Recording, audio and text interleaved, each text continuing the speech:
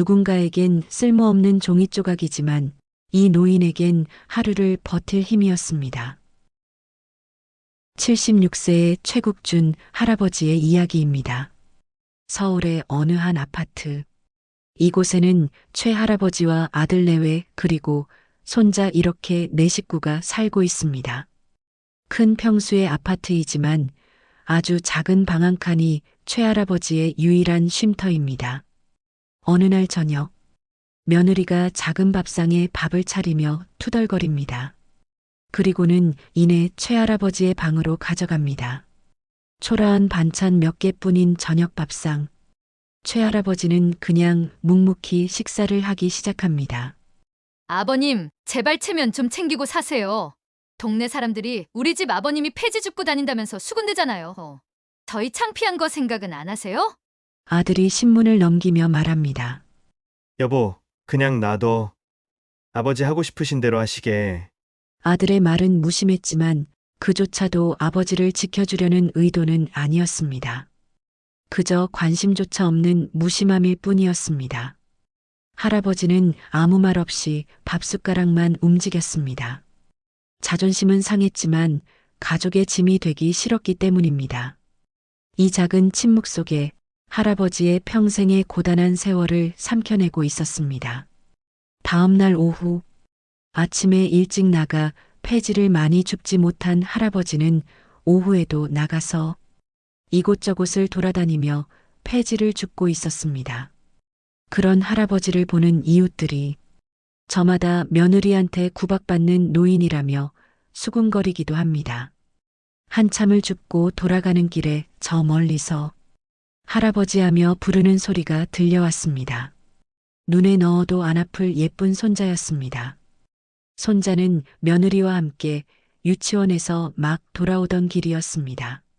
손자는 막 달려와 할아버지에게 안겼습니다. 그러다 할아버지의 손을 이끌고 같이 놀자며 놀이터로 향했습니다. 할아버지의 얼굴에 순간 행복한 밝은 미소가 지어졌습니다. 바로 그때 애한테 냄새나게 뭐 하시는 거예요?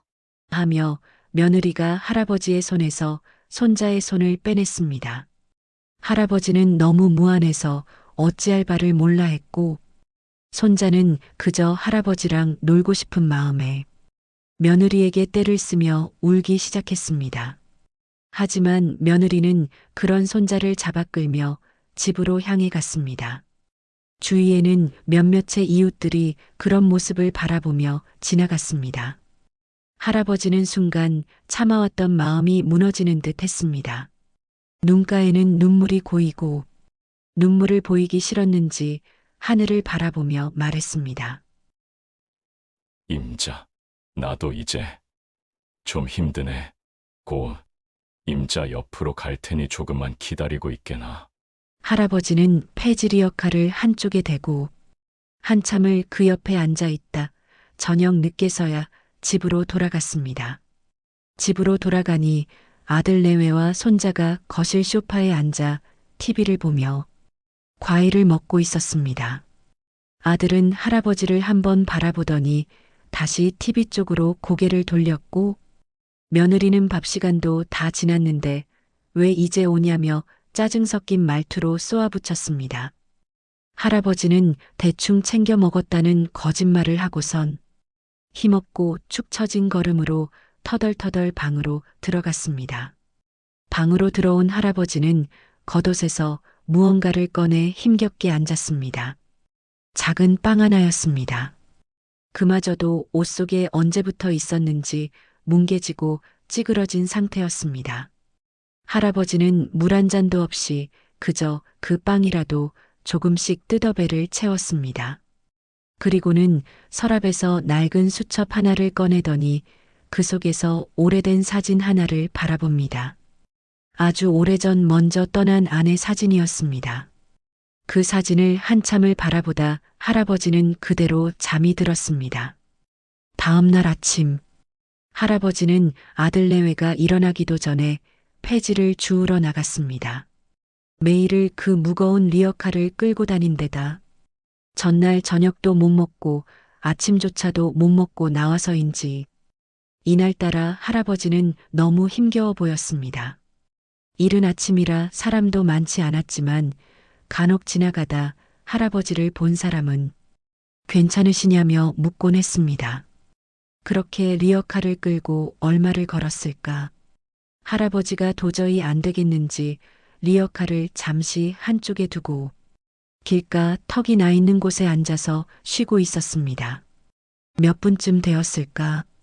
할아버지의 눈이 감기더니 그대로 쓰러지고 말았습니다. 그때 지나가던 한 청년이 쓰러져 있는 할아버지를 발견하고 급하게 119에 전화를 걸었습니다. 할아버지는 병원으로 실려갔고 병원에 도착했을 때는 이미 돌아가신 후였습니다. 사람이 많이 다니지 않는 시간에 나와서 힘겹게 폐지를 줍다 차가운 길바닥에 쓰러진 게 할아버지의 마지막 모습이었습니다. 할아버지의 장례식장. 며느리와 아들은 눈물 한 방울 흘리지 않고 무심하게 조문객을 맞이하고 인사를 합니다. 손자는 구석에서 울고 있습니다. 할아버지에 대해 잘 알고 있던 사람들은 평생 고생만 하고 가셨다며 마음 아파하고 불쌍한 노인네, 아들 내외를 가리켜 천발받을 자식들, 자식한테 부모 대우도 못 받고 가실 때는 불쌍하게 갔다며 저마다 한 소리씩 했습니다. 그때 한 노신사가 젊은 청년의 부축을 받으며 들어왔습니다. 아들 내외에게 인사를 한 노신사는 말했습니다. 나는 자네 아버지와 오래된 벗이라네. 자네는 나를 기억 못할지 몰라도 나는 자네를 기억하지. 그러면서 노신사를 부축하며 들어온 청년에게 들고 있던 서류를 건네라며 손짓을 합니다. 아들은 서류 봉투를 건네받으며 이게 무엇이냐고 물었습니다. 열어보게. 봉투 안에는 통장 2개와 편지 하나가 들어 있었습니다. 노신사는 말을 이어갔습니다. 자네도 기억할 거네. 자네 아버지가 젊었을 때 사업을 크게 한 것을. 아들은 알고 있다고 말했습니다. 나는 자네 아버지의 오래된 벗이었지만 동업자이기도 했네. 사업은 날로 커져갔고 그 시절 우리는 정말 많은 돈을 벌 수 있었다네. 그러다 나는 점점 욕심이 났었네. 자네 아버지와 의견이 충돌하는 상황이 빈번하게 일어나고 결국 내 마음대로 상상할 수 없는 아주 큰 돈을 받고 회사를 팔았네. 그리고 나는 그 돈을 가지고 해외로 나갔지. 나도 마음 편하게만 산 건 아니었네. 나이가 더 들기 전에 자네 아버지를 만나 사죄를 하고 싶어서 몇 년 전에 자네 아버지를 찾았네. 노신사는 주머니에서 수건을 꺼내 눈물을 훔쳤습니다. 자네 아버지를 만났을 때 행색을 보고 마음이 너무 아팠다네. 원인은 나였지만 그래도 자네도 그러면 안 되지 않았는가. 어찌 아버지를 저러도록 놔둔 겐가. 자네 아버지한테 그때 만나서 나는 조금이라도 갚고자 했지만 받질 않았네. 대신 잘 가지고 있다가 본인이 죽고 나면 자네에게 전해주라고 신신당부했다네. 그리고 본인이 갈 걸 알았는지 돌아가시기 얼마 전에 연락이 왔다네. 만나서는 통장 하나를 더 주더군. 나중에 자기가 잘못되면 그 통장까지 아들에게 전해주라며 부탁하더군. 아들은 통장을 열어보았습니다. 통장을 열어본 아들은 흐느끼더니 이어 오열을 하며 주저앉았습니다. 통장 하나는 노신사가 갚고자 했던 30억, 그리고 나머지 통장 하나는 살아생전에 폐지를 주우며 한 푼, 두 푼 통장에 모아온 할아버지의 사랑이었습니다. 4월 10일 5,300원, 4월 12일 4,000원, 4월 15일 7,800원, 8월 16일 3,500원, 8월 19일 1만원, 8월 22일 7,000원. 큰 돈들이 입금된 건 아니었지만 어느 것보다 값진 금액들이었습니다. 비록 자식들은 할아버지를 외면했지만 할아버지는 마지막까지도 자식이 우선이었습니다. 노신사가 돌아가고 아들은 한참을 아버지를 부르며 울음을 멈추지 못했습니다.